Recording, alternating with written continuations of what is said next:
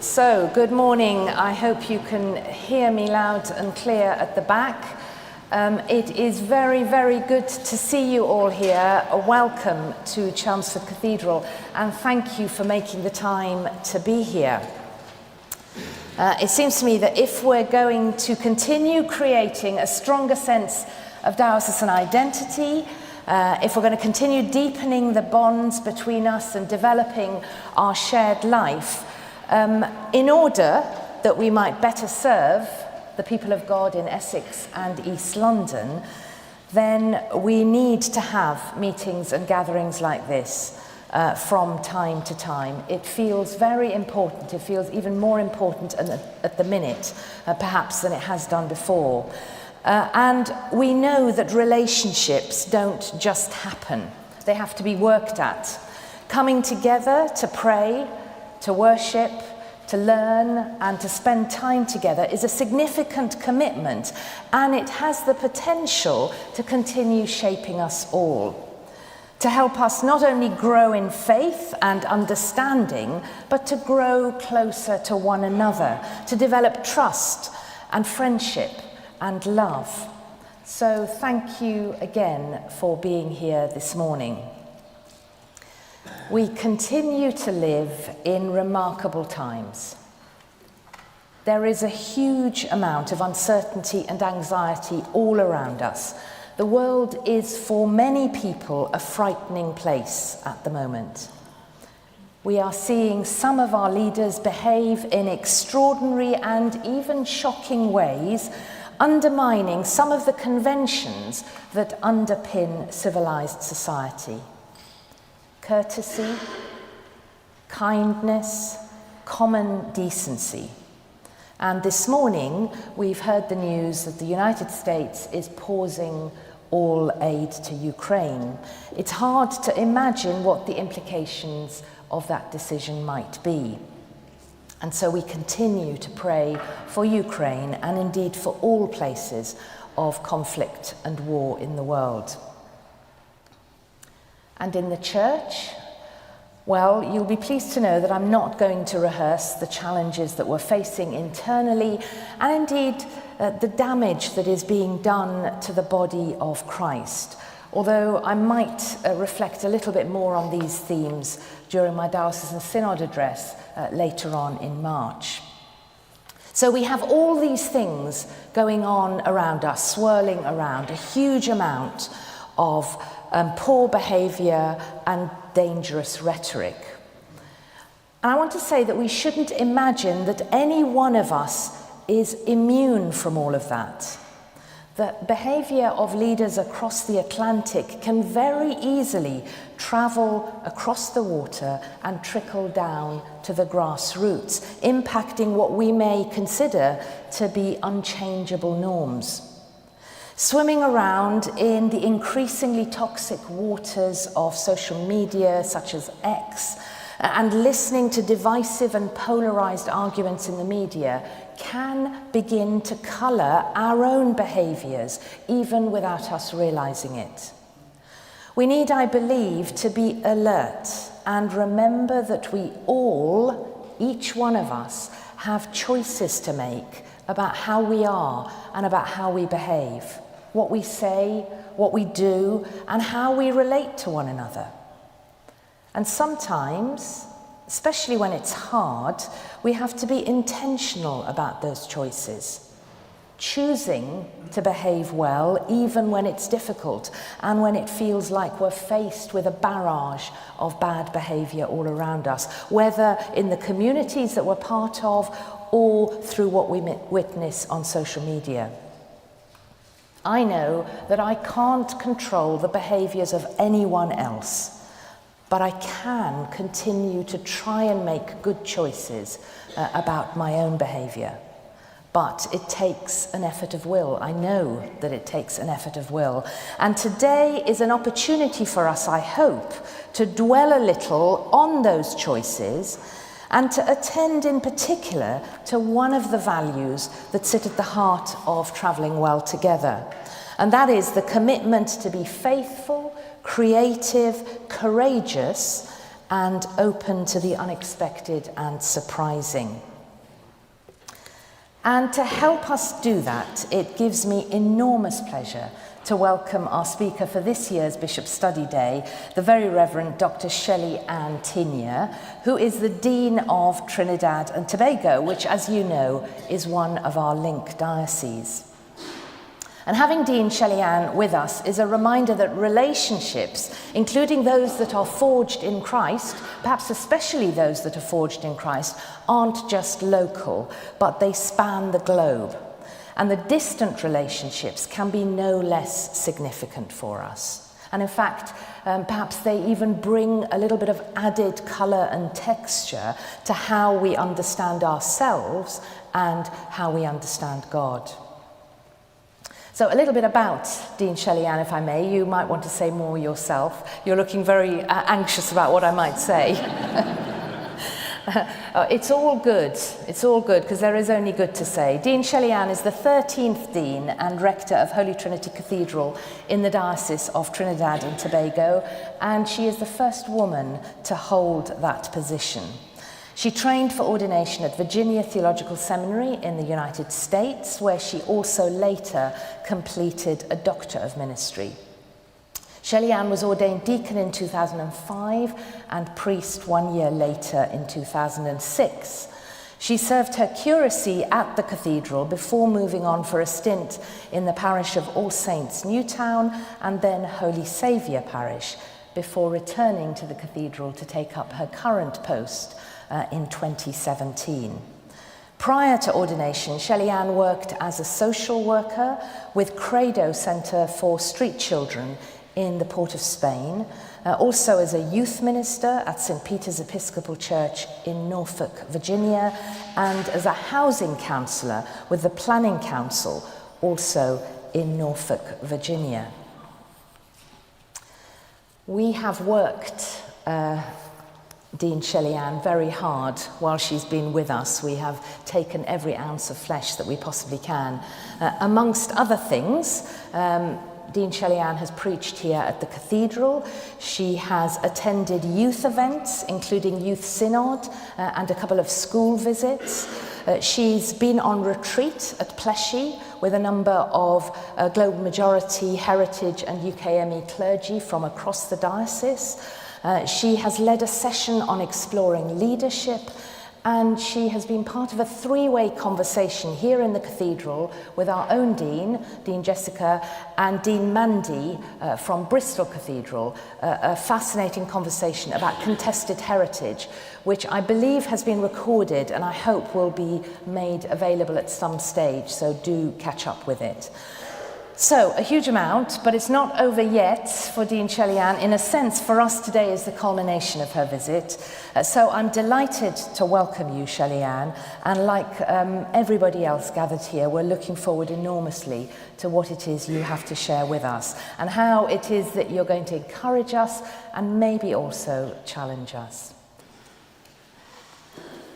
So, a wonderful good morning to all of you, and before I begin in earnest, as I have done in almost every place I've been since I've been here, I bring you greetings on behalf of the community at Holy Trinity Cathedral in Trinidad, where I serve in Port of Spain, and from our bishop, the Right Reverend Claude Berkeley, who, let's see, what time is it? It's 4 hours, no, it's actually 6:32 at the moment, who at this point is probably sipping a cup of tea, having some breakfast, and probably has turned on his TV to see what is going on with the Mass, because today is Carnival Tuesday in Trinidad and Tobago.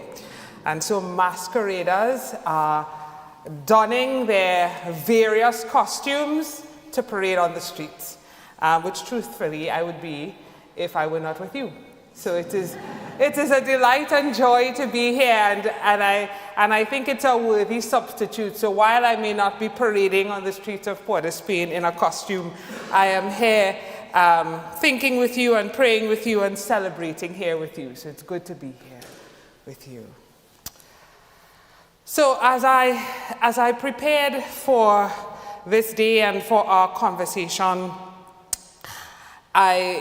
I asked myself, well, in the first instance, what does it mean to travel well together? What does that mean anyway? Because if we are going to be courageous, faithful, and creative, then we have to kind of know why we're doing that and in what direction. And what came to me very boldly was God's vision in Micah. Micah chapter 4, verses 1 to 7. In the last days, the mountain of the Lord's temple will be established as the highest of the mountains. It will be exalted above the hills, and peoples will stream to it. Many nations will come and say, "Come, let us go up to the mountain of the Lord, to the temple of the God of Jacob. He will teach us his ways, so that we may walk in his paths." The law will go out from Zion, and the word of the Lord from Jerusalem. He will judge between many peoples and will settle disputes for strong nations far and wide. They will beat their swords into plowshares and their spears into pruning hooks. Nation will not take up sword against nation, nor will they train for war anymore. Everyone will sit under their own vine and under their own fig tree, and no one will make them afraid. For the Lord Almighty has spoken. All the nations may walk in the name of their gods, but we will walk in the name of the Lord our God forever and ever. And in that day, declares the Lord, I will gather the lame, I will assemble the exiles, and those I have brought to grief. I will make the lame my remnant, those driven away a strong nation. The Lord will rule over them in Mount Zion from that day and forever. And I thought, that's a really good reminder. A really good reminder of why it is important to be faithful, to be creative, and to be courageous. Because frankly, for that to happen, that is exactly what it will take from all of us. And so I began to think of stories in my own life and in the life of us as humanity, where we did travel well together, where we kind of try to figure out that business of freedom, relief, peace, no war, etc. And it struck me that the Allied forces coming together and the support in respective countries that fought between 1935 and 1939 to end the Holocaust was one of those times when we walked well, traveled well together. Or as Bishop Tutu in South Africa led protests, and then pressure came from nations all around the world to bring an end to apartheid. That was one. In the US and in India, as Gandhi fought with his people to gain their independence, and as Martin Luther King Jr. engaging in nonviolent resistance to secure civil liberties for blacks in the United States and to end Jim Crow, was another opportunity where we traveled well. And in my own country, 100 years ago, when for the first time people could vote freely, and the interesting thing was at that point, it was only about 2% of the population that could vote. However, those who could not vote were very clear about what they expected from their representatives and had a voice to say that out loud. And so they did. And so the representatives in the Legislative Assembly, those who were elected for the first time to represent the people, were able to do so 100 years ago, which began the work of moving towards universal suffrage for all the people in my own country. And so I thought to myself to ask you, what have been those moments of traveling well? Because we need to have those etched in our minds and in our memories so that we will not forget and be encouraged by those things. And so as I thought about, well, not only how do we travel well together, but who will be those travel guides for us that set the example of faithfulness and creativity and courage and and the like.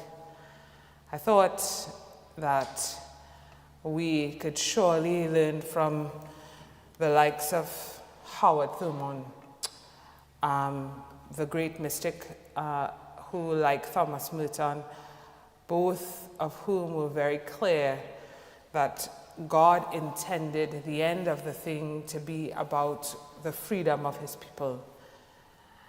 And Thurman said this: the mystic's concern with the imperative of social action is not merely to improve the condition of society.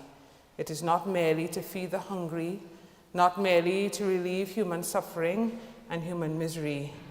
If this were all, in and of itself, it would be important, surely. But this is not all. The basic consideration has to do with the removal of all that prevents God from coming to himself in the life of each person. Whatever there is that blocks this calls and requires action from each of us. So what then are the things to which we have been asked to be faithful, and how are we to be faithful to those things? I think the first thing that we must remind ourselves of is that the example of faithfulness is God. That the scriptures teach us and remind us continually that God first was faithful. Faithful to his covenant with his people, and faithful to his promises made over generations. And with each generation, God renewed covenant with his people. And God's own faithfulness, ultimately seen in his Son, Jesus Christ, who came to be with us, is the example that we have about why it is important to be faithful. And so if we are going to be faithful, we must recognize and understand that what all we are doing is being witness, bearing witness to a God who is faithful. And for me, that is particularly important, because I think for a long time we have become faithful to institutions and faithful to systems, and we've stopped being faithful to God, frankly, and to the vision, God's vision of God's kingdom. And I think we have a responsibility individually and collectively, and I agree with Bishop Gurley when she says, and it takes great will from all of us, but that is our first call.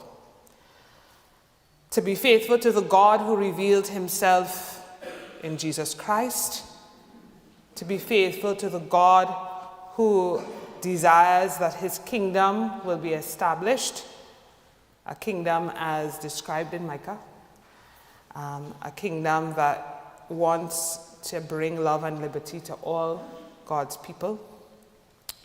Faithful to the covenant, as God was faithful to God's covenant, that we will be faithful to ours. And we have a covenant, right? Because all of us in here have been baptized? Yes? Right. So that's our first covenant. Our baptismal promises are our first covenant. And then some of us are married. Not all, but some. But more importantly, all of us in here, well, not all, sorry, many of us in here, have taken ordination vows, haven't we? We have. And so on many levels, there are many covenants that we have made. And so if we are going to be faithful, do we remind ourselves regularly of the promises that we have made, the covenant that we have made to God, to each other, to the communities that we serve? Do we remind ourselves regularly? I don't know what the ordination service in this diocese looks like, and I'm sure there's a charge of some kind. And I go back to the charge regularly, because that charge keeps me grounded, reminds me of what I promised to do as God's servant. How often do you go back to your charge. Whichever, the bishop's charge, the charge of the deacon, the charge of the priest. But that is what we have committed to as God's leaders. And I will remind us of God's indictment of his leaders in Ezekiel. Jesus became the good shepherd in direct opposition to what we saw in Ezekiel 25. You all may remember, yes? And so, are we keeping those covenant promises? Faithfulness to the work of community. Life would be really good if we didn't have to deal with people. I don't know about you all, but life would be real good if we didn't have to deal with people. People are different and difficult sometimes and complex. And that would have been fine if Jesus came to be your personal savior and my personal savior alone. Unfortunately, he didn't. Right? He came to be savior of the world. So that includes everybody, whether we like it or not, whether we agree with them or not, whether they look like us or not, whether they believe like us or not, whether they love like us or not, whether they sound like us or not. That's everybody. Yes? Even if they make no sense. Yes? Even if they happen to be elected to positions of power and authority that they're really not interested in, but just trying to bully everybody in the world. Yes? I mean, I could be talking about anybody. Right? But I cannot underscore that that is probably the hardest thing as it relates to being faithful. Being faithful to the business of community and living in community. And I want to challenge us about that, because we live in a world that thinks that if we just kind of make everybody the same, life will be comfortable and we'll be able to get along better, because then we will all be the same. And I don't know when last you read, I think it's Genesis 6 or 9, I can't remember, I'd have to look, where God decided that was not a good idea. Because when everybody was of one language, moving in the same direction, doing the same things, understanding each other very well, they decided that they would build a tower. Why? Because they were afraid that they would be forgotten, and they wanted to make a name for themselves. Because that's what happens when everything becomes really homogeneous. We think we get really bright. And God said, nope, we're not having that. We're not doing that. And as we say in Trinidad, God mash it up and send them on their way. Never again to understand each other. And one theologian makes the point that it was not only just about God sending them in different directions and wanting to protect them from themselves.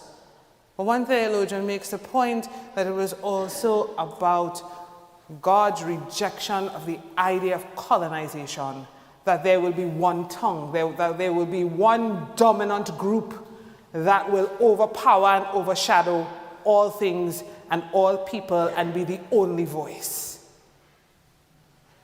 And I know that's hard to hear, but it is the truth, I believe.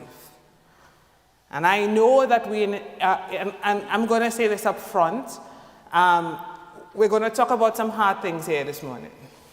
Yeah? But we have to, because we have been a little quiet about it for a little too long. Yes? Because the truth is, at least in my own existence and world, I grew up with the idea that there is one standard and one voice. And that is the voice and the standard that I had to aspire to. And that voice was English. And that is not an indictment, nor is it intended for anybody to feel ashamed, but we have to be honest about the reality of the colonial enterprise. It shut up, numbed, dumbed down, and attempted to exterminate any voice that was not like it, that did not look like it, that did not sound like it. And I will say to you that that is evil and a malady, and has passed on from generation to generation to generation, long beyond the exit of Spain and France and England and Portugal and the Dutch, actually. Evidenced in my mother's cabinet of crockery, actually. And she has 2 cabinets full of crockery because she was told that's what she had to do to be a well-established house, to be able to entertain, to be able to provide for dinners and English tea and so forth. And the truth is, we loved it, we reveled in it, we enjoyed it, actually. I enjoyed learning to eat with a knife and fork, yes? And learning how to sit upright and learning how to be proper. Because for me, that was life. That was the standard, yes? And for a long time, I enjoyed having long, straight hair. I couldn't manage the blonde because it would have to, I would have to do way too much to make it blonde, but but that was the standard, yes? And so many communities found themselves contorted and confused, trying to be faithful to that standard. We walk around in my own context calling several schools prestige schools because that was the standard. Standard for education, standard for health, standard.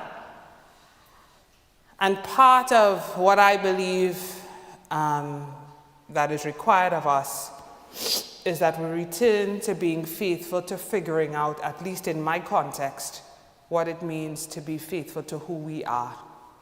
And the truth is, we haven't figured that out yet. We're still working it out because we're new at it. But what I am saying to you is that that is also your work.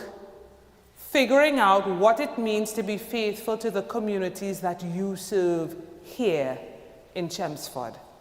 Because what is happening here is different from what is happening in Bristol, is different from what is happening in Uganda, is different from what is happening everywhere else in the world. And so, will you be faithful to figuring out your communities? And the truth is, just based on where I've been over the last few days, what's happening in Chelmsford is very different from what's happening in Romsford and what's happening in Walthamstow and what's happening in East London, actually, all in the same diocese. But do you all even know the differences in your regions and in the spaces that you inhabit as a diocese? Are you working to be faithful to those communities that you serve and helping each other to be faithful to the communities that you serve? I can't answer that. You have to answer that for yourself. But we will be in peril if we don't. Because if we don't, we will find ourselves remaining faithful to what we have inherited. Really. And that would be a travesty. Because we will simply repeat what has been done to us. And Paulo Freire, I think, offers some thoughts for us to consider in as we think about what it means to be faithful to the developing of community, particularly in spaces and places where there has been poverty and oppression and the like, and where people need to be humanized and transcend their circumstances and to be free.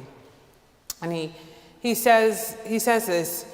He says dehumanization eventually leads to transcendence in those who experience oppression but seek liberation. And to overcome their oppression, they must identify the cause and create situations with fuller humanity without resorting to oppressive tactics. So in other words, figure out how we ended up there.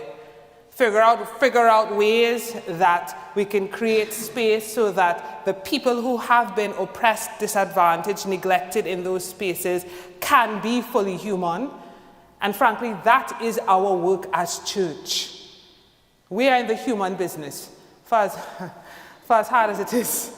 Yes, we are in the human business. We are in the humanizing, transcending resilience business. And to help people figure out what those tactics were and not repeat them. So it also means that as church, we need to know what those tactics have been so that we do not repeat them.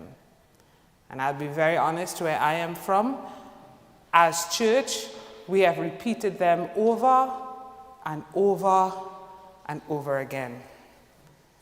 Yes? I get many of the young adults where I am who have kind of moved into their own and come into some black consciousness kinds of ideas, or who have done some study, ask me all the time, why am I still in the white man church? And I have to confront that question continually. And they list out all the ways in which the church has engaged in the oppressive attitudes and behaviors that we inherited.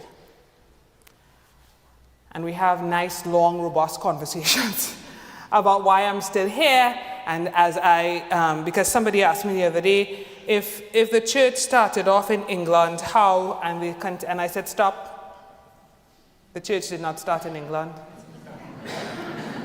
The church started with a man who died on the cross and rose on the third day, and his disciples began to tell everybody about the power of new life. I say that's where the church started, not in England. So let's go again. Right? But it requires work, though.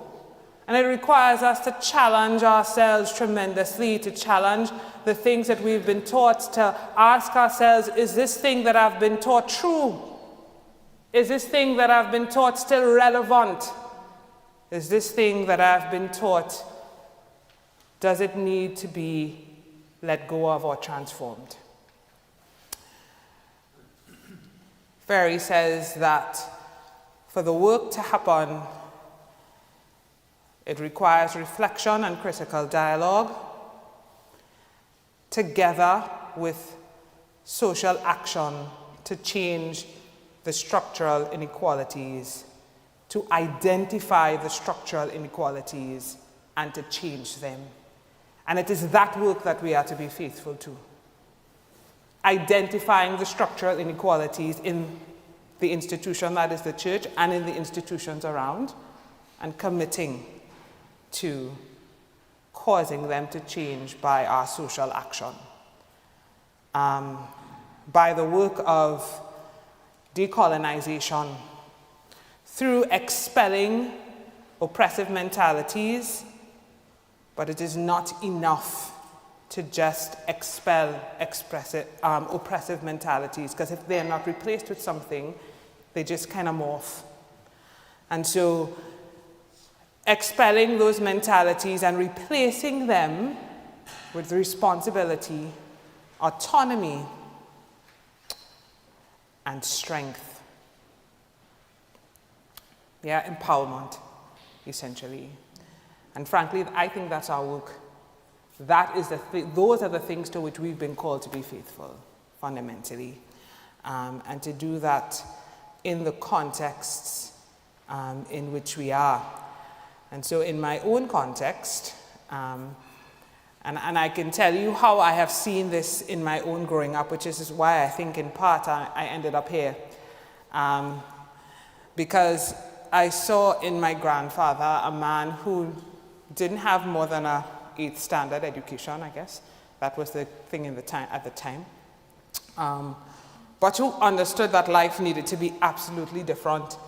And so he brought videos home, which we sat and watched together, of Gandhi and his life and his work as that work was happening, and the life and work of Martin Luther King Jr.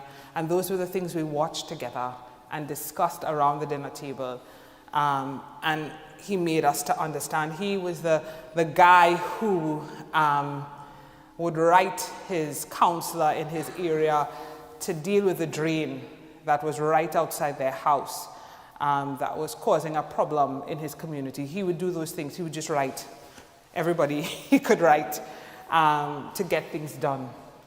And I think it is that witness, that kind of faithfulness, that helped me to understand from a very young age that while church was good, our first port of call was actually to be faithful to God and to be faithful to the community to which we were committed as an act of our faith, fundamentally.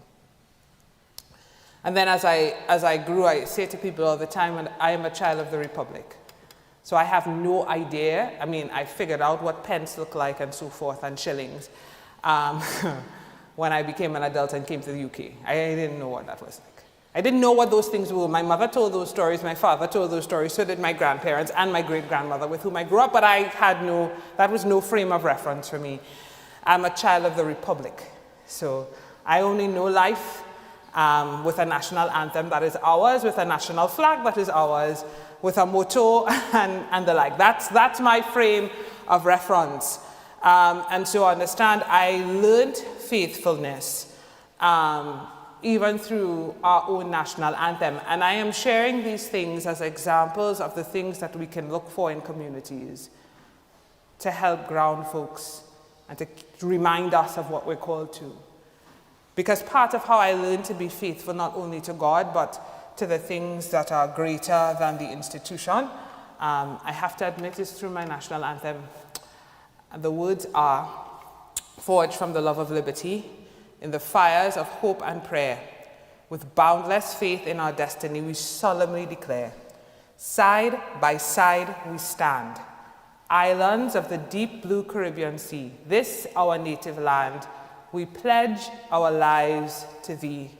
Here every creed and race will find an equal place, and may God bless our nation. Here every creed and race will find an equal place, and may God bless our nation." And I had to sing that every day for 7 years in primary school and 7 years in secondary school. It is in my bones. And it is in my bones to such an extent that I got in trouble one time for preaching that we live a lie. Because we do not live right now where every creed and race find an equal place. And we dare to expect that God will bless our nation. I got in trouble for that too, man. But my point is, it gives a sense of that to which we are called to be faithful, at least for me. And some benchmarks as to what that will look like when we begin to actually do it, essentially. You know? And then some of the other things, and I encourage you to either look for or think about how these could happen in the communities around you. So Trinidad and Tobago didn't start having local leadership either in the Roman Catholic Church or in the Anglican Church until the 1970s. So we had our first local bishop in 1970, and as did the Roman Catholic Church, and our first dean, our first local dean of the Cathedral, 2 years later, thereabouts. So we're relatively new at having local leadership that looks like us. But I'll never forget hearing the stories of, as I grew up, of the start of the IRO, which is the interreligious organization, and the start of serve-alls. Now, I know that means nothing to you, but why that is important to this conversation is that the Interreligious Organization of Trinidad and Tobago was started by then Archbishop Panton, supported by the local bishop of Trinidad, the Anglican bishop, Bishop Abdullah, and several other religious leaders. So the head of the Islamic Church, some Hindus, and a couple other Christians, as a way of addressing some of the injustice that was happening in Trinidad and unrest that was happening in Trinidad, particularly in impoverished communities across the island. And those religious leaders recognized that they had a responsibility based on their faith and their faith traditions, and that their leadership was important, that their voice mattered, and that we would do much more working together across faith traditions than we would fighting against one another. And so the IRO was born. And from the IRO and from those interfaith conversations came what we know now as serve-alls. And what serve-alls are life centers in impoverished communities where young men and young women who did not make the grade to get into one of the prestigious secondary schools, or who didn't even do well enough to get into the government secondary schools, that they had an opportunity to still learn, to be somebody, to be poured into. And those serve-alls were built and created kind of at the edge of those within those communities that were often at the edge of more well-resourced communities. So it's very similar to what happens in parts of East London, I guess. You have one street, and one side of the street is well-resourced, and the other side of the street not so well-resourced. And what would happen for us is that you would have a serve-all kind of place right in the middle there. All because some religious leaders decided to be faithful to what they understood was necessary for good community and for the young people who needed to be served, fundamentally. Yeah? And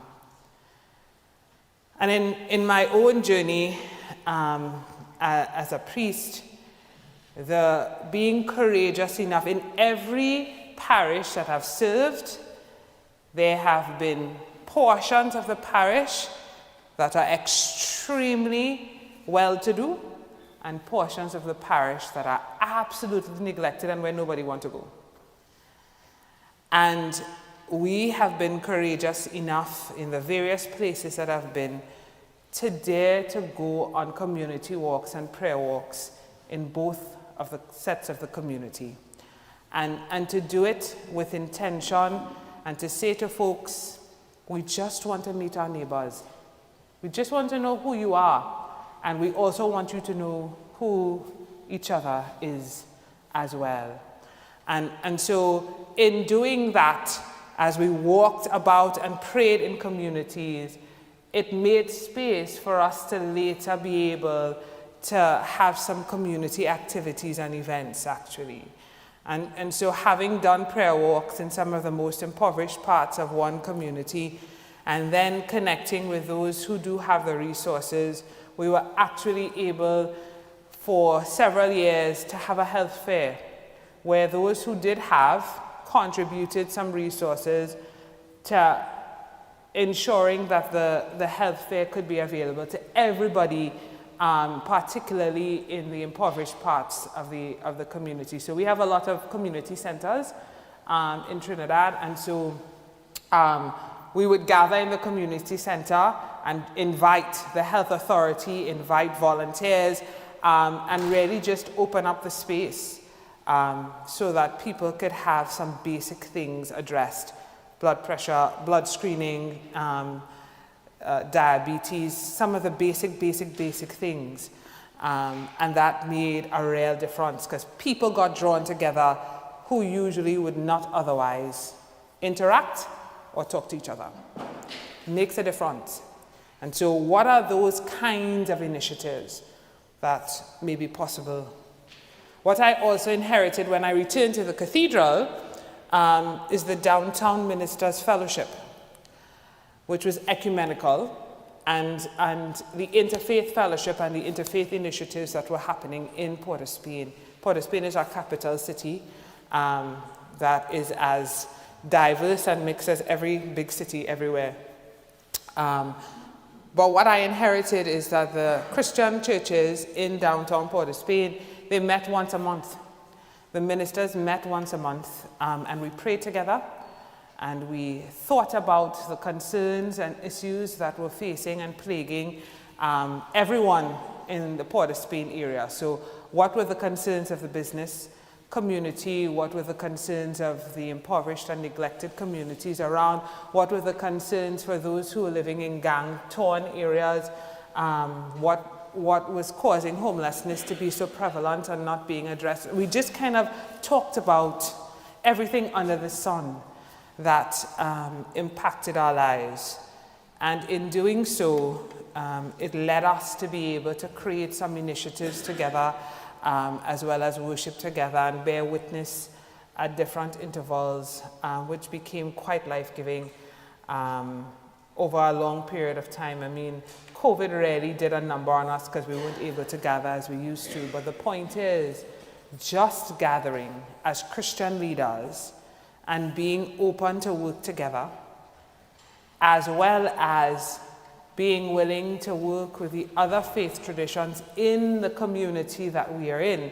We didn't ask anybody to go beyond Port of Spain to address the issues that we were all facing, made a huge difference to our lives and to the lives of the people around us. And so for me, that's what faithfulness looks like. Faithfulness to God, faithfulness to the communities that we are responsible for, faithfulness to causing the work of the kingdom to be established. Some other guides, I think, who have been faithful and whose witness, I think, are worthy of lifting up, are Harriet Tubman. And I don't know how many of you are familiar with Harriet Tubman, but Harriet Tubman was a slave who caused the Underground Railroad to become a thing. She sacrificed her own life to be able to move slaves from the southern United States to the northern United States in what was called the Underground Railroad. So basically people got fished out at night to particular points. She took them through swamp and forest and marsh to the other side, essentially. So she created a network of allies and activities to ensure that several people were moved to freedom, because she understood that that is what God wanted God's people to have, freedom. And so she was not afraid to risk her life in that way, to be faithful to that vision. And I don't know how many of you are familiar with Pauli Murray. She was a lawyer, poet, and priest. And I will talk about Pauli Murray a little bit more when I talk about being creative. But Pauli Murray was one of those people who were at the forefront. So everybody knows Martin Luther King Jr., right? Everybody knows who he is, because he was a wonderful orator and great civil rights activist. But Pauli Murray was in the trenches at the beginning of that work.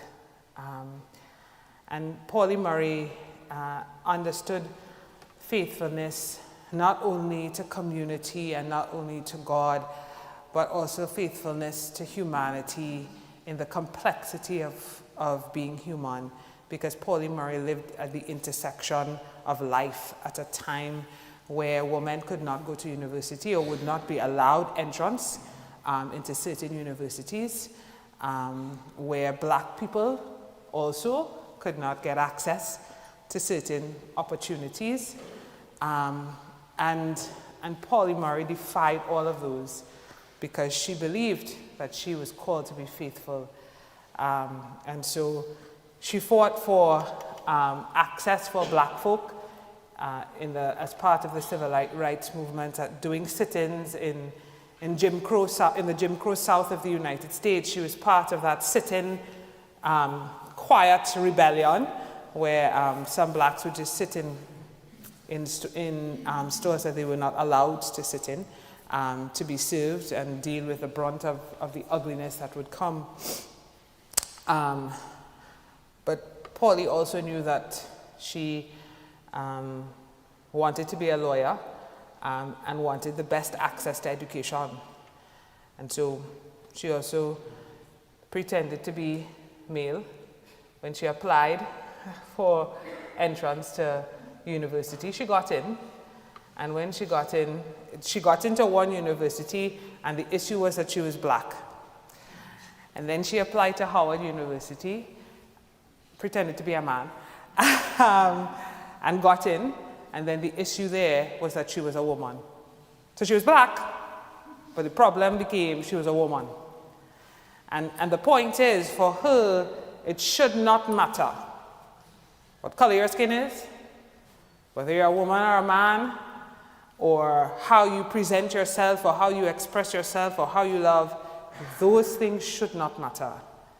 That all human beings should have access to the same things regardless. And so, for me, Pauli Murray is a significant travel guide on the journey. And she happens to be Anglican, which for me is a delightful thing. You know.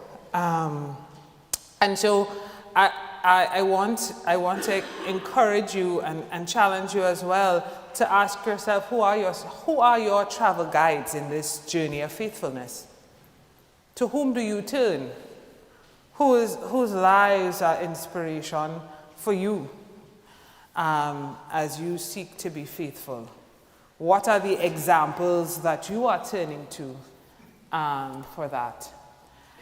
I have to admit I've called all of these wonderful people. There's also Oscar Romero, whom many of you may know, Roman Catholic and just an amazing freedom fighter among his own people in Latin America, and to whom liberation theology often gets attributed. But I have to admit, to be honest, these are all awesome travel guides, and I value them greatly. But I have to say that my first travel guide for what it looked like to be faithful is my great-grandmother, frankly. My great-grandmother, who was of mixed race, and so was treated very poorly by both sides of her family, who got married to what we like to call in Trinidad a French Creole man, so a man who was also of mixed race, but of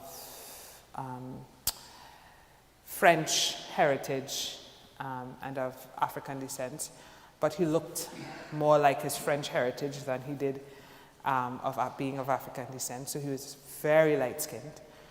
And so it was a privilege actually to be married to him, and she experienced the privilege of being married to him and having 8 children. His family owned land in one of the villages in Trinidad. They had business, so life was good. And then he died when her last child was 2. And she could maintain that privilege and that good life for she and her 8 children, all she had to do was marry his brother. You all remember that levirate marriage thing? I don't know it, but I've heard about it. And she absolutely refused. She refused. She said, I will not do it. And she was put out of the house. That was her husband's family house. And she had to figure out how to survive with 8 children. She never worked, but then began to work. So she would iron and wash for people. And that's how she lived. They had a 1-room little apartment that they lived in for a long time. My grandmother was the 4th of those 8 children. So I've heard many of the stories on both sides of that experience. And I grew up with my great-grandmother, by the way. She would often be at our house or at my grandmother's house. And I thought as a child that she just liked visiting her children. So that, she would spend a few months by my grandmother, who was her daughter, and somebody else, and well, when my mother had her own home, she would come spend time with us, and I just thought she enjoyed doing that. In fact, my grandmother had no place to live. My great-grandmother. So that's why she was always at somebody's house for periods of time. So once her children kind of got, and her daughter, she had 7 girls, and 1 boy. So her girls kind of quickly either married or migrated, or both. And so they all became kind of well established and did well. So she just continued to visit them regularly. And she was a woman of deep faith, and used to like to dress. And so nobody would ever know that was her story and that was her life. But she was devoted to God, committed to the care of her children and the support of her grandchildren, and by extension, her great-grandchildren. So I grew up with my great-grandmother as the person to whom I would go after school almost every day. Because at that point, she was living by another one of her daughters.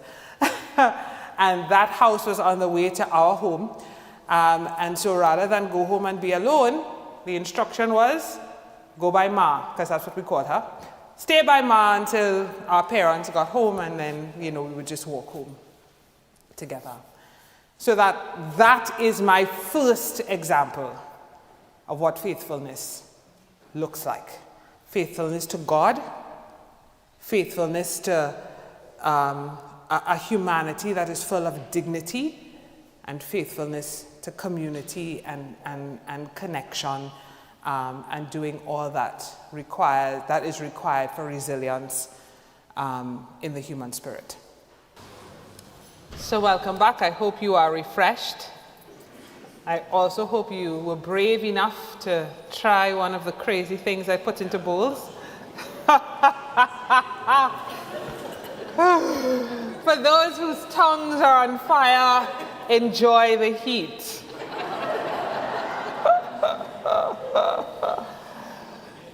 But I thought it would be good to bring the treat so that you kind of have a sense of how we live, and also to point out that actually that is one of the ways that we have been resilient and creative where we are. When we didn't have access to all of the proper things, right? So when you didn't have access to biscuits and cakes because you didn't have all of the ingredients to be able to make them, when you had no refrigerator to have butter, and so forth and so on, where people were having high tea and other things, the average person had to figure out how to still have sweet treats for their children. And so what they did was they simply took the fruits that were there and figured out how to stew them. And they took flour and figured out how to make things that, because we have a large number of East Indians in Trinidad just by virtue of indentured labor. And I have to say that the thinking about the creative aspect of this theme warmed my heart, because we're in it, and I don't think about it all the time, but it's having to reflect and having to prepare made me realize the gift that I have been given by being born and raised in Trinidad, where creativity as an expression of faith is my normal, actually, to be honest. And how that got suppressed because it didn't, remember I talked about the standard, right? The mold. So it didn't fit in the mold. So that got repressed for a very, very long time until we came to realize that actually that which we've been trying to conform to just didn't work for us in many ways. But that's how poor people kept their children engaged. They boiled plums and boiled cherries, but it's no different from people in agricultural communities across England and other places, right? When you don't have a lot of money, you use what you have where you are, yes, to do what you must do to feed your family, yes? So it's no different, really. All of us have some version of that, that high society may look down on, or people may aspire to different things, but the point is, those things are there. They exist and they should be celebrated because I think they represent the best parts of who we are. So there are a whole bunch of others I could have brought, right? But I didn't have space in my suitcase. But I say that to say and to ask you, what are those things where you are? What are those things? What are those things from the old English, maybe rural agricultural tradition that people have aspired to kind of leave behind because it represents something else, but that really need to be brought out because it represents the creativity and resilience of people who had nothing and spun something out of nothing? What are those things? And for those of you who are in East London, where there's so much diversity, what are the things in the communities where you are that you can harness from the various peoples of the world who have come into your communities? What can you gather from them, learn from them, that will add some spice and flavor and depth to where you are? That might cause some folks, not their tongues to be on fire, but may cause the hair on the back of their head to stand up, or, you know, make them want to stomp around and leave and want to know, well, what's going on in here? But may be worth it so that your communities of faith can be more relevant and can be more responsive to the people whom you have been given to serve. I wonder. I really do wonder. I got in trouble last year? The years are rolling together. So Trinidad has a large East Indian population. I would have shared that. And what that means is that some of those East Indians are Muslim. So Eid is a public holiday in Trinidad, and some of those East Indians are Hindu. So Diwali is a public holiday in Trinidad. And I decided last year that given that some of my ancestors were East Indian, and so many of the people around us in the community where we are in fact East Indian, and because Diwali happened to fall on a Saturday that year, and we actually have a Saturday afternoon service, that I would have a service of light. And I said to myself, well, Diwali is about light, and we do light. We do Easter. We have a whole bunch of light festivals. We have Oh Gracious Light as a canticle. I mean, the list is long of light things that we do. The resurrection is about light. And so I did a service of light on Diwali to celebrate that common heritage, the power of light over darkness. And decided that I would use some of the traditional East Indian symbols and the things from the culture, really, more than the things from Hinduism. And one of the things is having One of the things is having we use diyas. I don't know how many of you are familiar with diyas, but diyas are clay light carriers, right? And traditionally, what people would do is they would fill up those diyas with coconut oil, put a wick in it, and light it. And so the diyas would give light. And so what would happen is that persons for Diwali, they would create these very elaborate structures and designs, and then put diyas on them, usually out of bamboo. They would put diyas on them, and then at night, light all the diyas. So you could imagine what that looked like. So people's yards are just filled with lights. And you drive through some villages. It's an amazing sight to behold, amazing. And so I said, well, we could do that, because we have a cross. I have a big wooden cross that I use during Lent. And so I had somebody set up the cross with a bunch of diyas, and I have a labyrinth. And so I got over 100 diyas, and I put them out, and literally on the labyrinth, and along the path to the labyrinth. And we had a service of light. It was one of the most powerful things, because we used diyas in church, and then out on the labyrinth. And we ended the service out on the labyrinth. So we walked out, everybody had a diya. And during the prayers of the people, we brought out extra diyas so people could actually light a diya. So in the same way that we light candles, there's one over there, we light candles to pray. People lit diyas and offered their prayers and put their prayers on the cross or on the altar. And it was powerful. And then I got a call from the bishop the next week, because somebody had called. So we were still streaming our services at that point. And I got a call from the bishop on the Tuesday, who said, "What is this I hear that you have you're doing Diwali things in the church, and you're putting those idol things on the altar?" I'm like, "Bishop, what are you talking about? What are you talking about, sir?" He was like, "I got a complaint." Now, my bishop is a little mischievous, right? So he called with this very serious voice, and I'm confused because I don't know what he's talking about. And then he starts to snicker.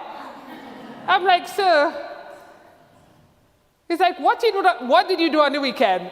And so I said, "But what did somebody complain about?" He said, "Well, they had diyas on the altar." I said, "Okay, how is that different from having candles on the altar?" Really. But the point is, that for me was just one of those ways of honoring our cultural heritage as part of the worship, and allowing those in the community who were of East Indian heritage to see parts of themselves. Because while they were no longer Hindu, or while they may have no longer been Muslim, and we do similar things when it's Eid, the point is we are together in Christ. But being together in Christ doesn't mean that they necessarily have to give up all of what it means to be East Indian, really.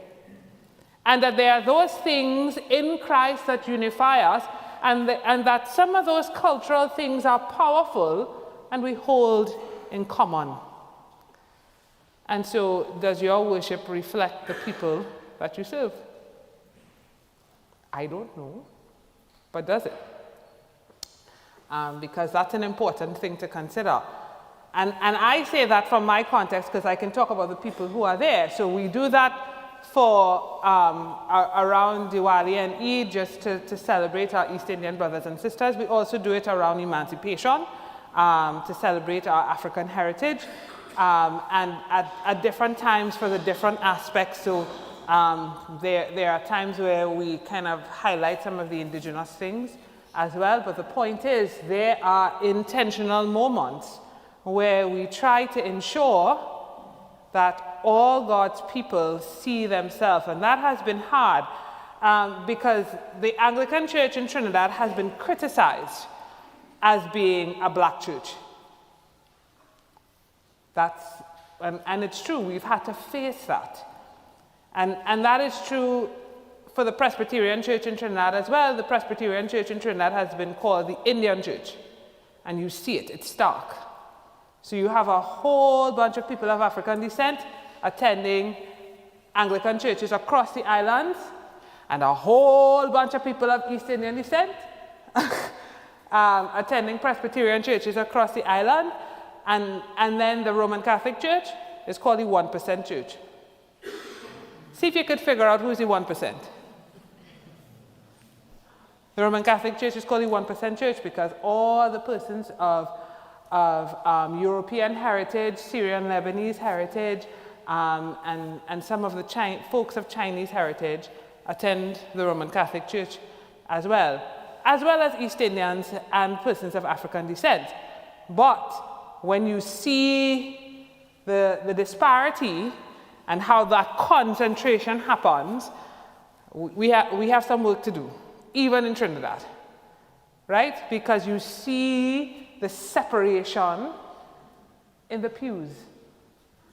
Now, we're going to have to answer to God for that. We are going to have to answer to God for that. And so I keep getting in trouble because I keep opening my mouth. Because I think it's absolutely wrong and needs to be fixed. And so we've been trying to figure out ways to do that and to do that creatively, but it is important. For a long time, the steel pan, which I think everybody here has heard about, right? Yes? No? Maybe? Right? The only musical instrument to be added to the list of instruments in the 20th century was the steel pan. And the steel pan came out of the bowels of Trinidad and Tobago. The steel pan is an example of what happens when oppressed people refuse to be oppressed. Because the steel pan came out of the tenement yards of freed slaves who would take oil drums, and we had a lot of oil at the time. They took oil drums, cut them in half, and began to hammer out notes. And they realized, wait, but this is a sweet sound. And steel pan was born in those spaces. And it became more and more refined over time. But I will tell you that it is only within the last maybe 20 years, 25 years, that the steel pan has been allowed to make an appearance in worship, particularly in the Anglican Church. There are folks who are adamant that that is devil thing. That's devil thing. And that is for people who have no education and have no class, it have no business in the church. And so people were not allowed to bring steel pans in church. Not allowed. And no well-respecting parent who expected their child to go anywhere in life would allow their child to go near a panyard. So young people were not allowed to go learn to play the pan either. It was not respectable. It was not appropriate. What was appropriate was ballet and learning to play the organ and the piano. Yes? Sorry. But you see my point, right? Because we keep repeating the thing unless we are willing to challenge things, challenge the established order, and to do so creatively. And that's what steel pan represented.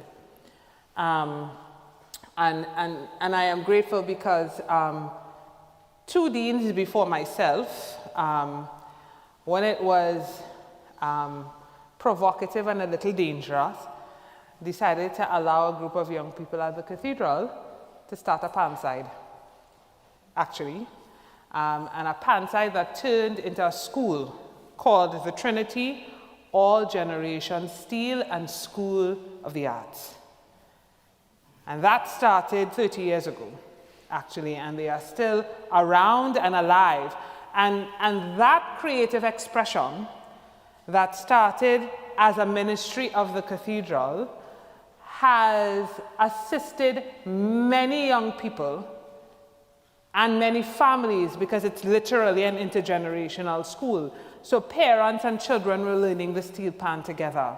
And once they began to realize that, you know, the building didn't fall down and nobody got struck down, you know, and that in fact, a steel pan can play alongside an organ, and all of the music of the church can be played on a steel pan, that became part of the music ministry at the cathedral. But it took a long time, and it was, you know, it was bold and adventurous, but it was part of what we had to come to terms with and to introduce as creative expression.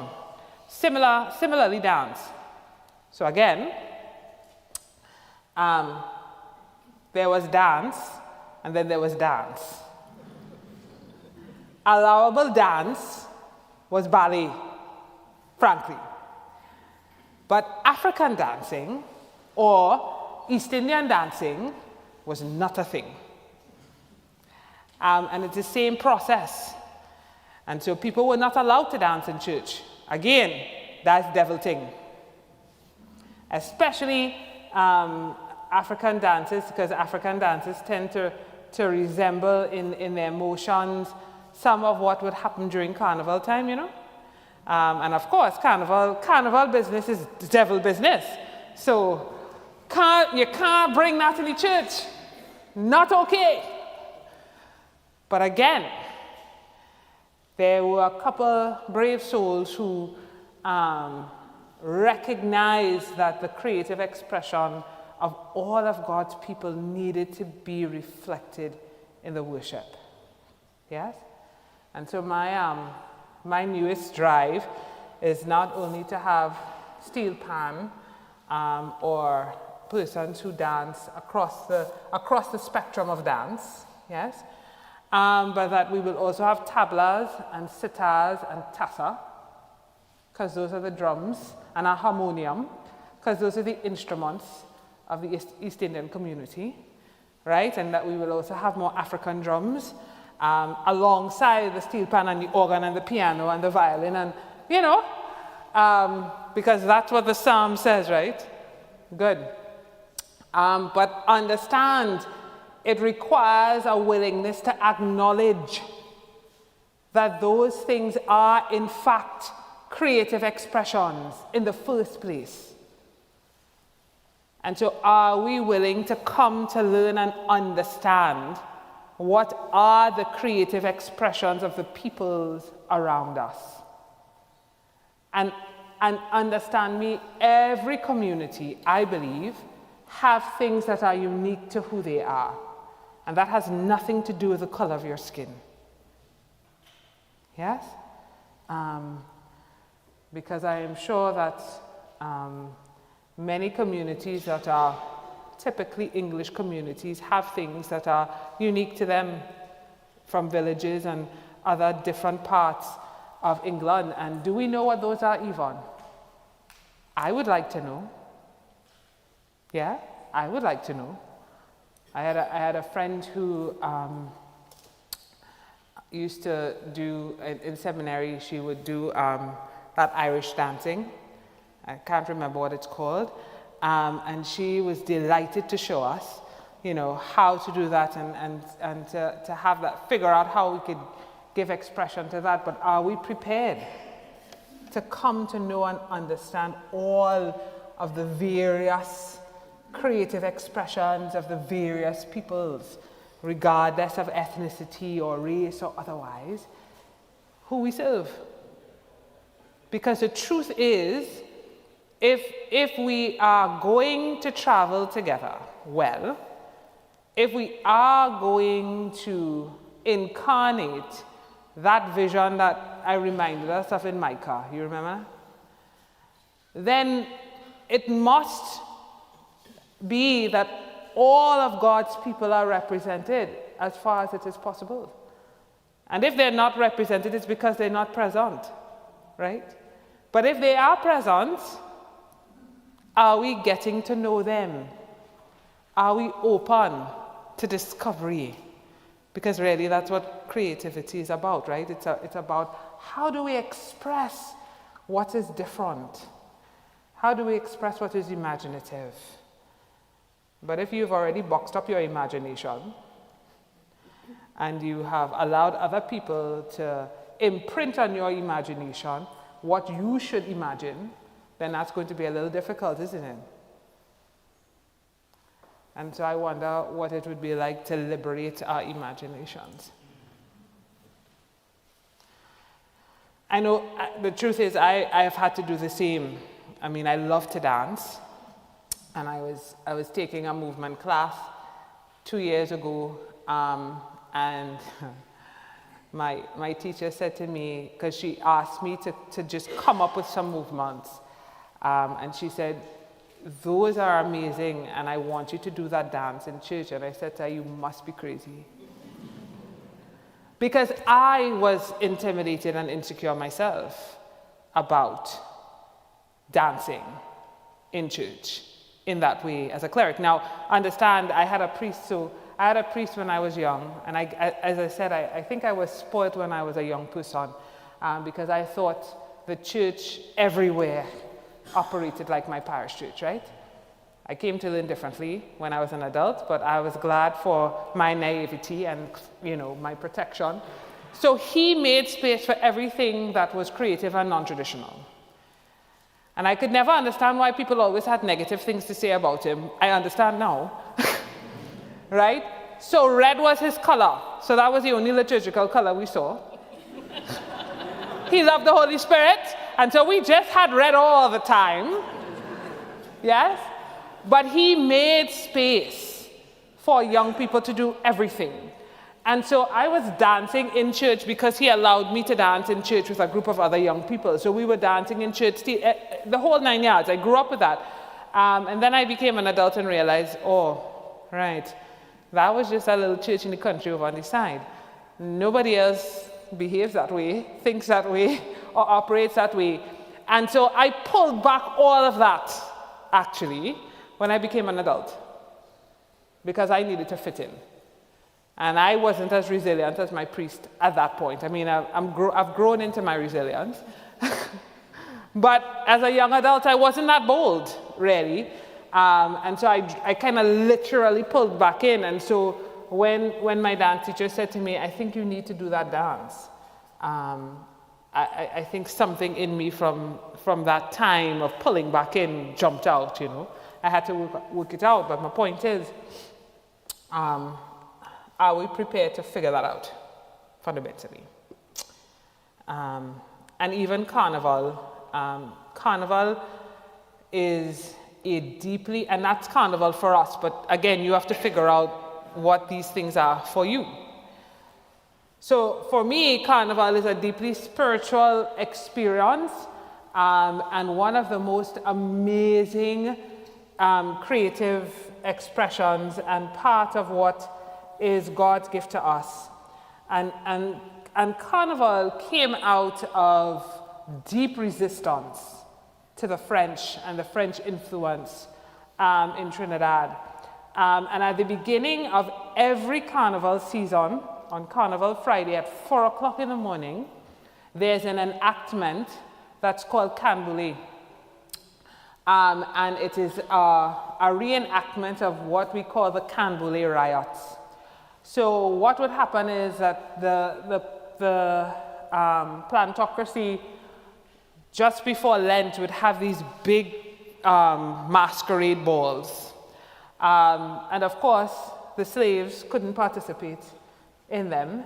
And the stark contrast between their opulence and excess and all of the pageantry of their grand balls, and struggling slaves who had little or nothing, and then freed blacks who again had little or nothing.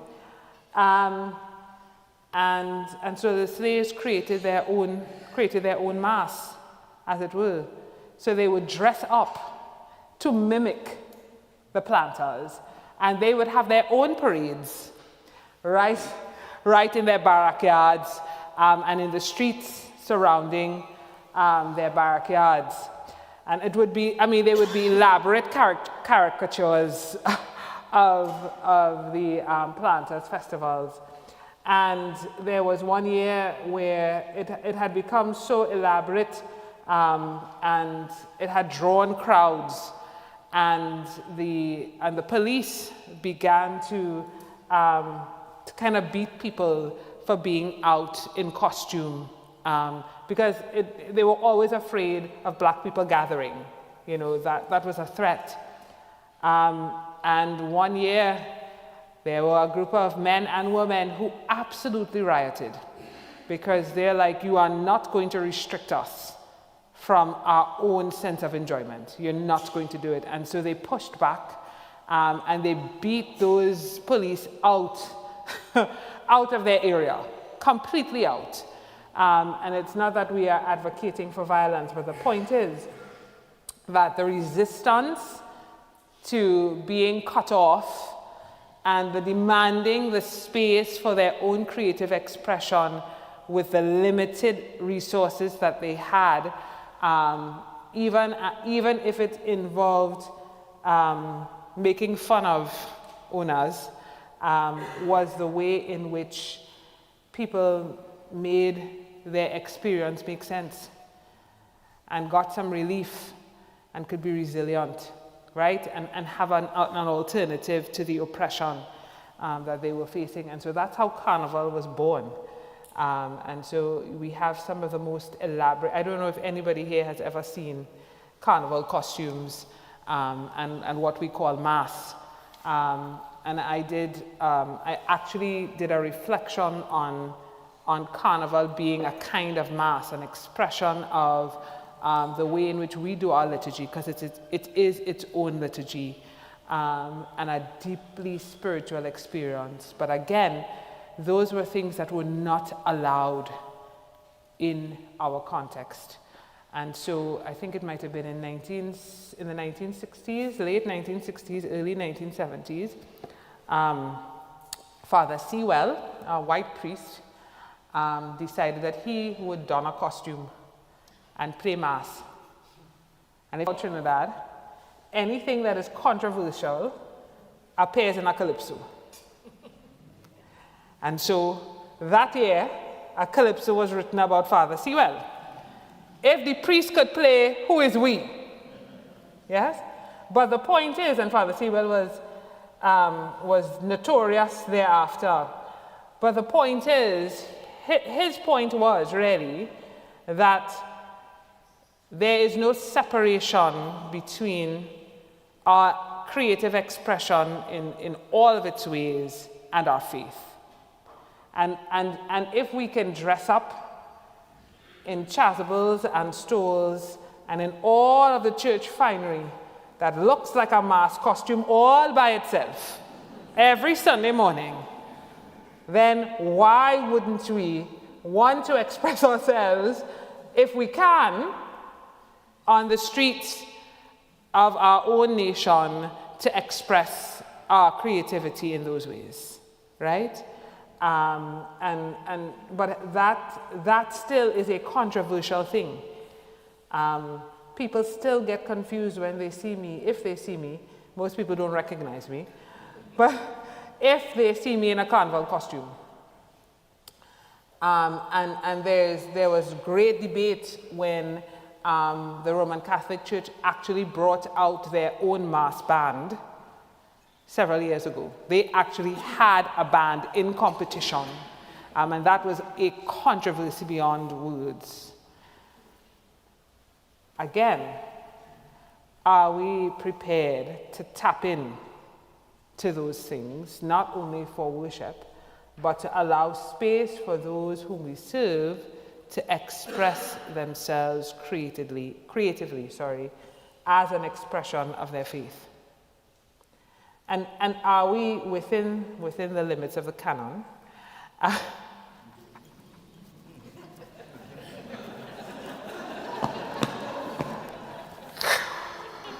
Are we prepared to infuse those things into our liturgies?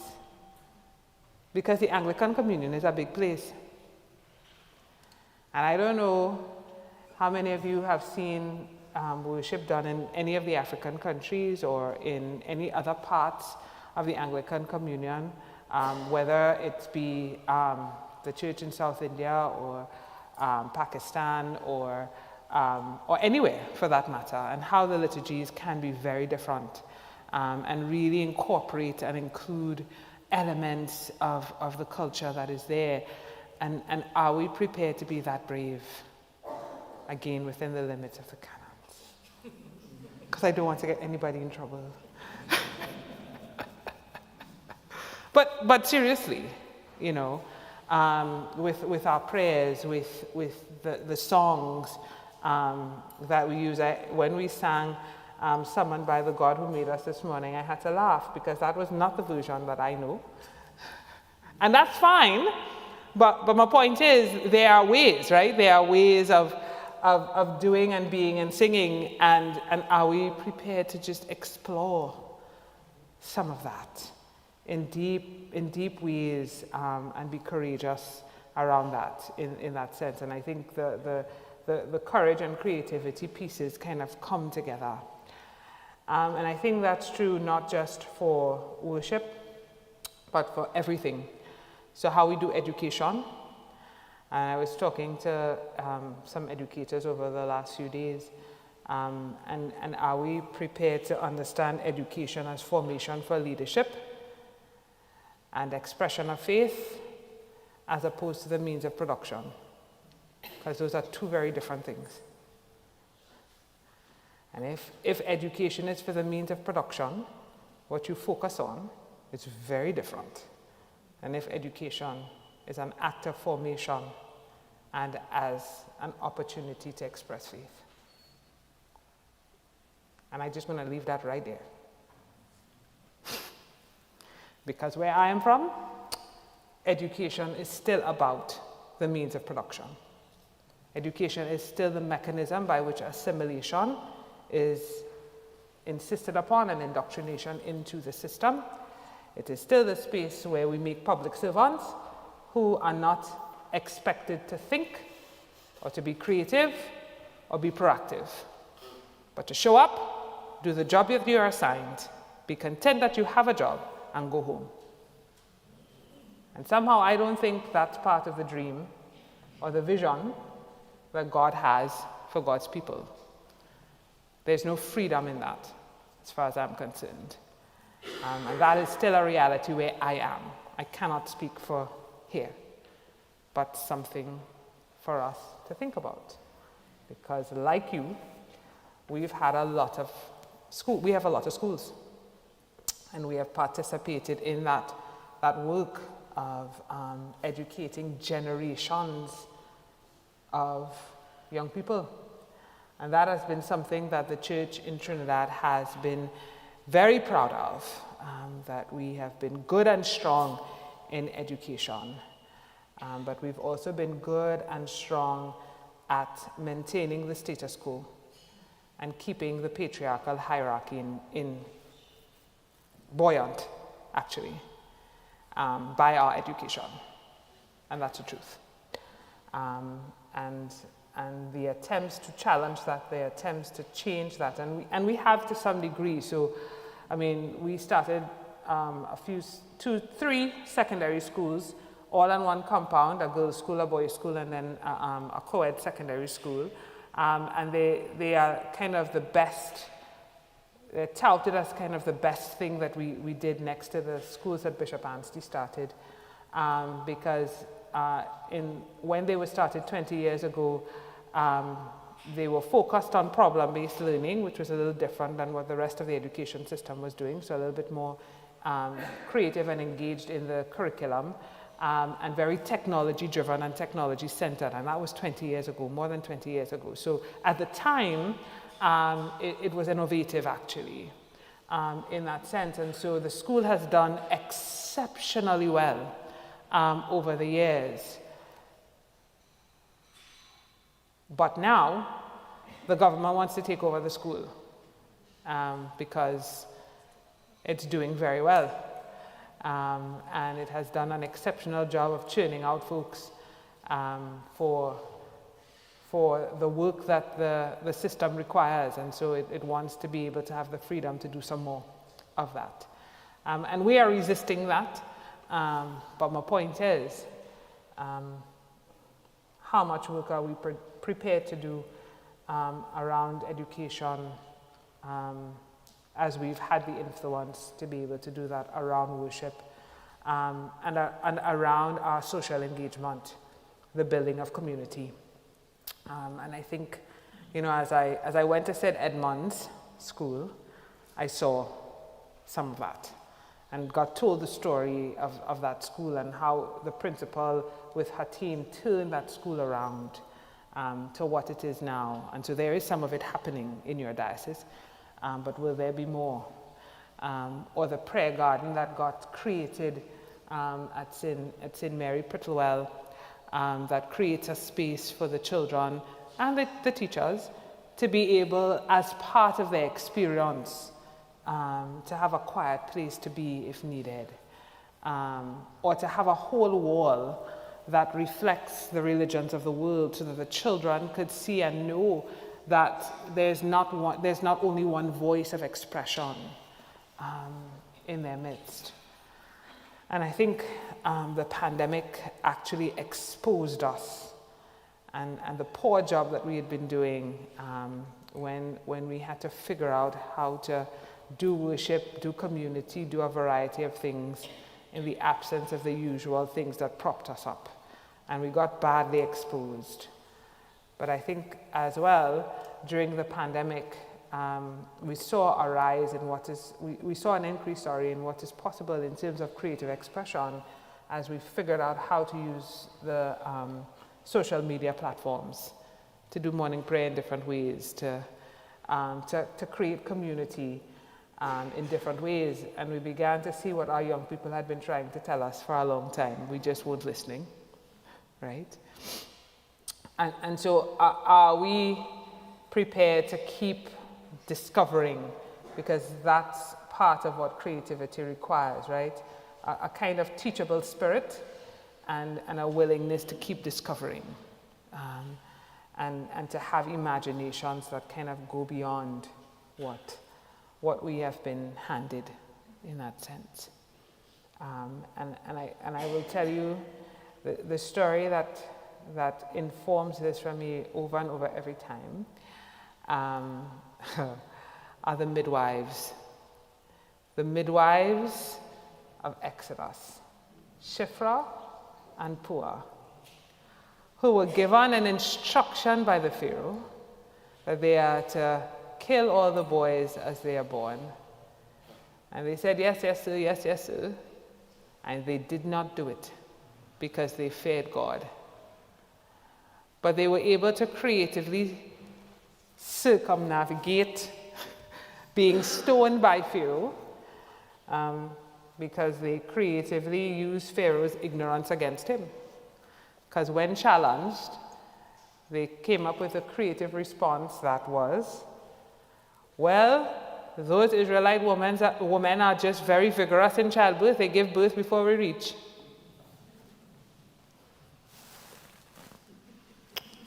Simple. Yeah?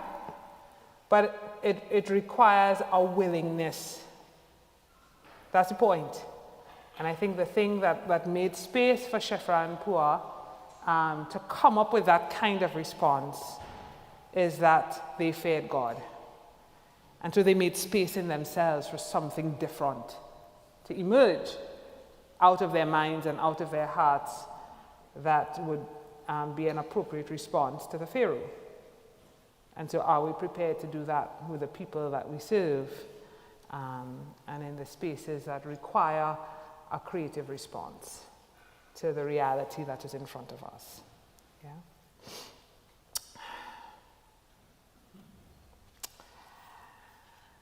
And this is a warning as we talk about courage, about a long list of women. So if you're expecting to hear about some men, you're not going to really hear about any in this section. And I'll be very honest, as I prepared for this, I thought to myself, but you know, being faithful, courageous, and creative is what has caused many of our women folk to survive in this world, actually, regardless of race, ethnicity, social location, or otherwise. Given the experience of women around the world, it is faithfulness, courage, and creativity that have kept us alive and that have caused us to stay resilient and to keep the world going. And I think that has been true even in the scriptures. And so when I think of courage, and I think of us being creative, I think our courage is the boldest demonstration of our faith. That it is about the willingness to take risks with God. Not that there's no fear, but that we're willing, even if fear comes, to take a risk with God, for God, and sometimes on God. Yes? And I think we need courage in these times. Yes? We need courage in these times. And so I think of Moses' mother. Yes? There was an edict. And I spent a lot of time actually in Exodus chapter 1 and 2 as I prepared for this. Because it occurred to me that we are in a time in history that is expressed in Exodus chapter 1, where there was a Pharaoh who knew not Joseph, and for whom Joseph did not matter, who looked out on his kingdom and saw a people who was living in harmony with his people, but he looked out and saw that they were more in number, that they were flourishing, and that they were expansive. And rather than celebrate that, rather than see that as a gift, rather than see that as potential for allyship, yes, and all kinds of creative things that would have already been happening over many generations, he saw them as a threat. And the minute the Pharaoh began to see them as a threat, life changed. Because he decided, well, they are so numerous and they are so prosperous that if a foreign entity comes, they are more likely to be allied with that foreign entity than with us. So let's enslave them. Does any of that sound familiar? None of it is new, right? And we are reminded that the more he worked them and the more he enslaved them, the greater they grew in number and the more resilient they were. And so when enslaving them didn't work, let's harm them. Let's kill their boy children. And that also didn't work.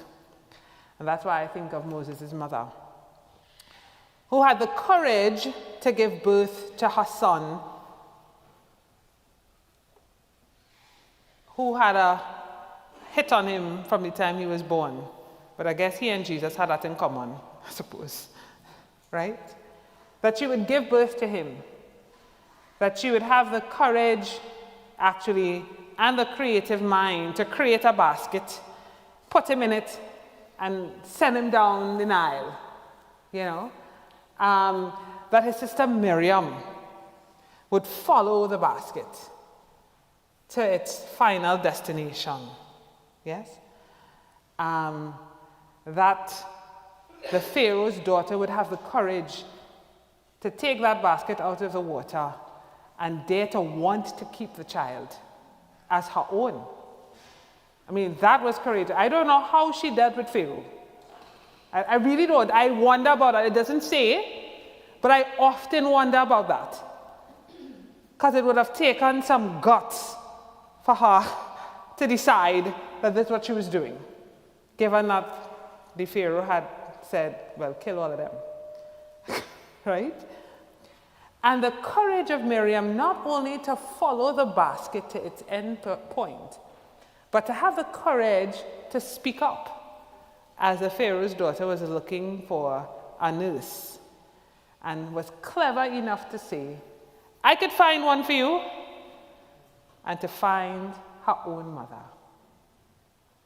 I mean, I don't know, that's just powerful for me, yes? And a powerful witness to how those things come together, right? Or Vashti. How many of us remember good old Vashti? So we often hear the story of Esther, right? But very few people tell the story of Vashti. Vashti, who was asked to stand in front of the whole court naked, and Vashti said, no, I'm not coming out. And lost her place, but did so because she was courageous enough to defy the king. Or Ruth, right, who left her people and followed Naomi. Or the Syrophoenician woman who dared to say to Jesus, heal my child. And when Jesus called her dog, as I like to tell people, which, I mean, I'm taking some license, she said, but yes, but even the dogs eat the crumbs from the master's table. Yeah? Or my being appointed dean. I think that's one of the most courageous. So that's the only guy story that you'll probably hear. That my bishop was brave enough, courageous enough, in the face of a very conservative province, to dare to appoint me as the dean of the cathedral. Or in my own case, after an earthquake in 2018, and the cathedral was closed for the first time in 200 years, to decide we will worship in tents outside, because it is not the end of the world that we don't have a building. Worship can still happen, ministry can still happen, and it can happen under tents. The people of Israel lived in tents for 40 years. We will not be out here for 40 years. Yeah? And so, what are those acts of courage that you are being called to do where you are? Are there things you're being asked to speak up about in the communities where you serve? Are you leveraging your power to level the playing field for someone? Are you aware of your privilege, and are you using your privilege, yes, to ensure that there's justice for those in your community? Are you speaking about, are you even aware of the things that concern your people, really?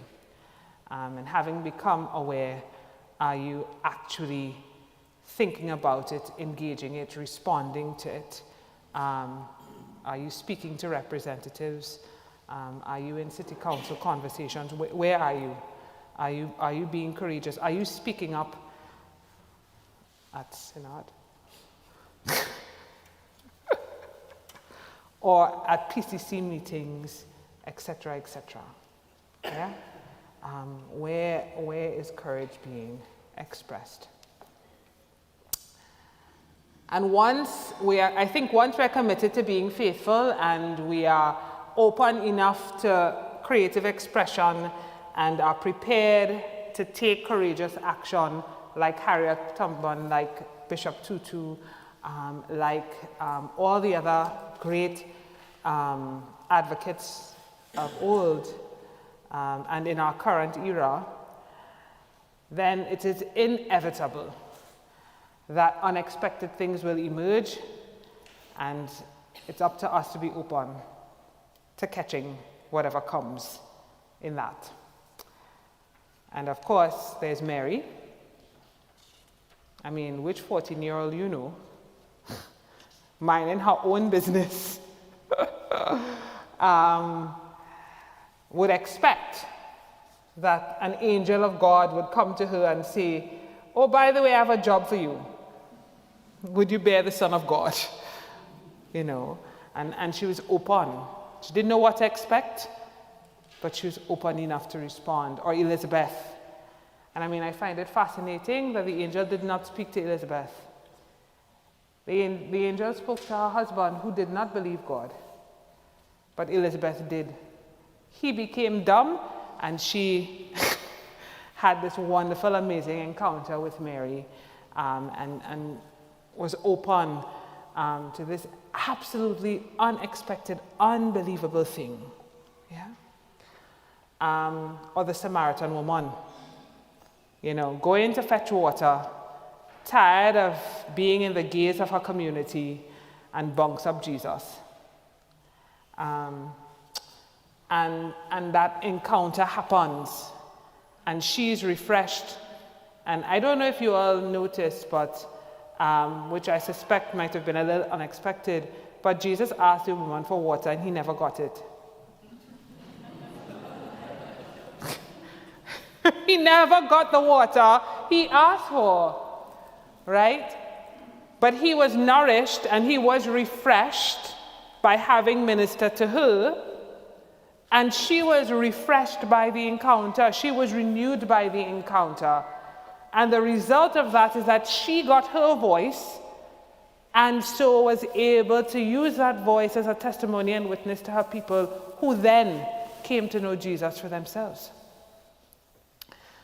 So you will be surprised, if you're willing to be surprised by God.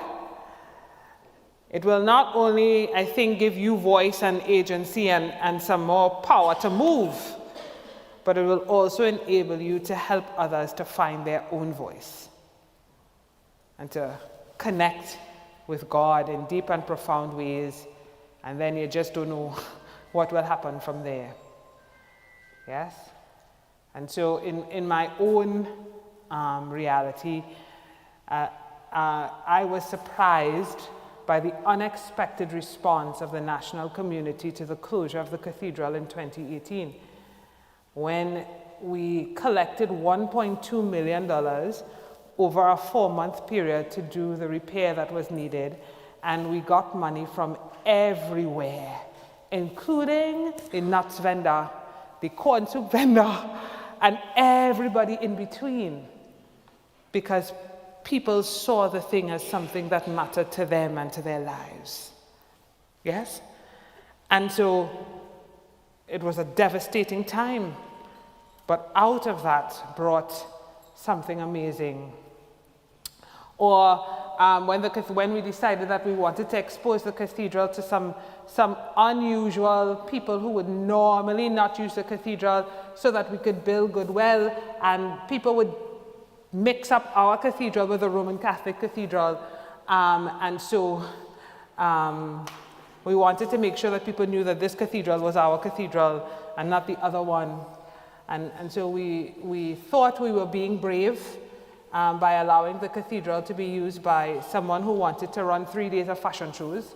And we thought we were being brave and faithful and all those things. And that worked well the first day, the second day, but on the third day it didn't go so well. And it ended up as a scandal in the newspapers. And in that next year, my bishop and I were in 4 calypsos, and I was under investigation, actually. It was as devastating as the earthquake, frankly. It was hard. However, the unexpected surprise was that people no longer mix up our cathedral with the Roman Catholic cathedral, that's for sure. More people know who we are and the ministry that we offer. And out of that I think came a cadre of leaders who were willing to stand up and stand with the community.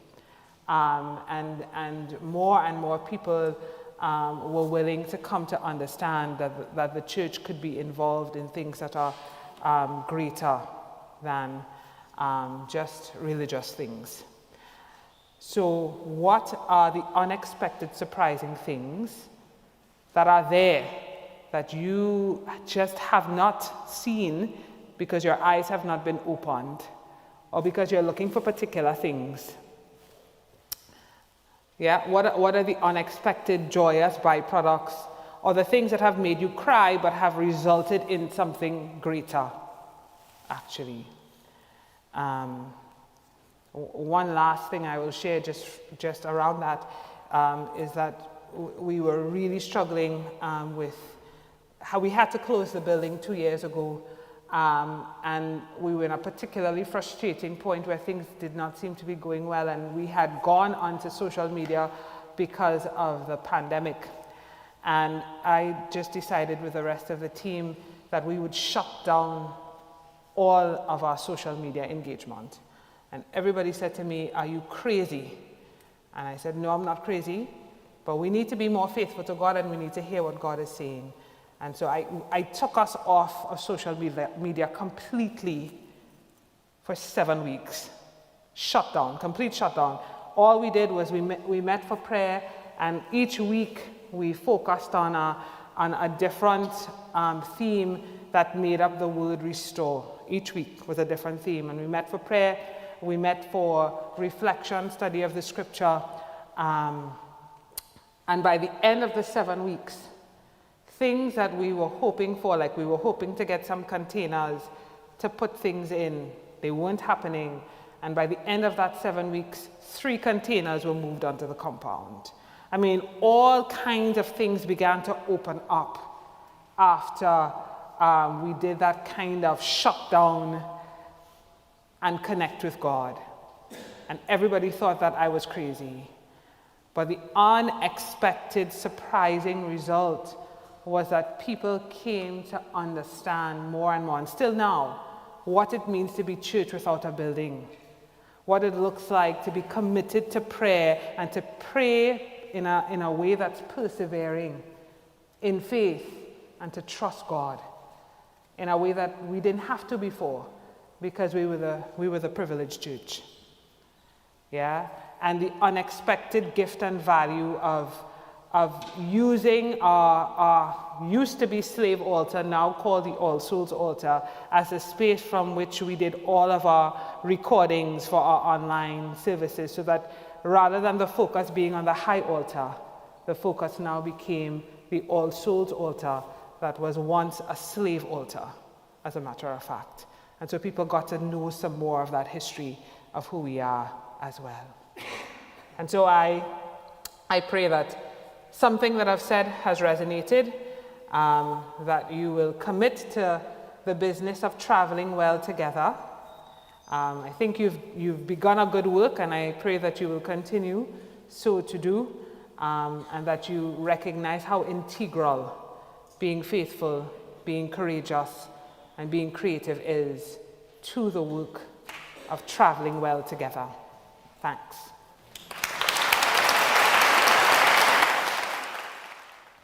Dean Shelley-Ann, you have fed us very, very well this morning. Thank you so much. I mean, there is so much in what you've said. I've written down lots of little gems from what you've said, way too much to be able to sum up in any meaningful way. We gave you one of our values about a calling to be faithful, courageous and creative. And I kind of have a sense that you literally broke it open and went into every nook and cranny you possibly could of those values to encourage us to look more deeply at them, to use them in our journey of faith, to learn from them. You gave us a window. Most of us here won't be familiar with the Caribbean culture, Trinidad and Tobago. You gave us a window into that culture through your own personal story. Thank you for sharing what you did of yourself and of your community and your country. But by doing so enabled us, I think, to look more deeply at our own communities and our own cultures here and how to draw out the best. One of the things you said was, I wrote it down, so I must find it, because it's, when you don't have enough money, you use what you have and you celebrate what you can do. That's such an important lesson for us. So many of our communities feel destitute, feel bereft. There are gems there to be discovered and to be utilized creatively and courageously. So your work, you have a very gentle, quiet style, but there were some incisive challenges in there. I hope we heard them. Lots to take away and to reflect on. I loved the idea of your love of dancing. If we'd known that beforehand, maybe next time that's what you'll do, lead us in some liturgical dancing, all within the limits of canons, of course. And I think above everything, your own faithfulness and courage and creativity shone through. Thank you for sharing stories about your travel guides, people you've known about, biblical figures, particularly some of the women that we don't hear so much about. Again, a reminder of the hidden gems in the Bible.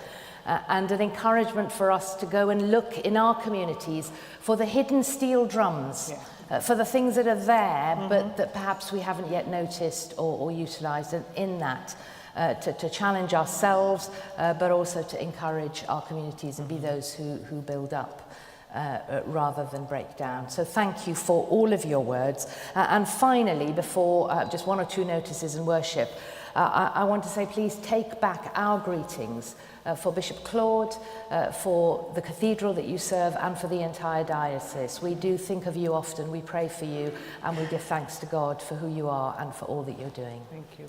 Please, another round of applause. Can I extend a thanks particularly to Rob Merchant and his team. Rob puts a huge amount of effort into this study day every year, and I hope that you feel that it's been worth your time to come and share with us. But I'm very grateful to Rob and to everybody else who's worked hard to prepare for today. A reminder of Maundy Thursday, please. You will have had an invitation. That is a very genuine one. It's another important occasion for us, particularly as clergy, but actually also with our lay ministers to gather and together to renew our commitment to service, and to do that in a forum where we can gather together in this cathedral. So do please prioritise that if you possibly can. On your seat, you will have leaflets about this year's Lent Appeal. We often look to support projects, initiatives, needs that are far, far away from us. This year, we are looking to the needs of some of our own communities here in this country. There is a great deal of poverty, economic poverty, and social, and the need for housing is often at the root of all of that. So this year, we're wanting to support the work of the Christian charity Housing Justice in their work across England and Wales to alleviate homelessness. This is one of those things that Shelley-Ann was speaking about, building communities. That is our responsibility. Please take these leaflets back and encourage your congregations and communities to be generous so that we can give generously to Housing Justice, who do a fantastic job.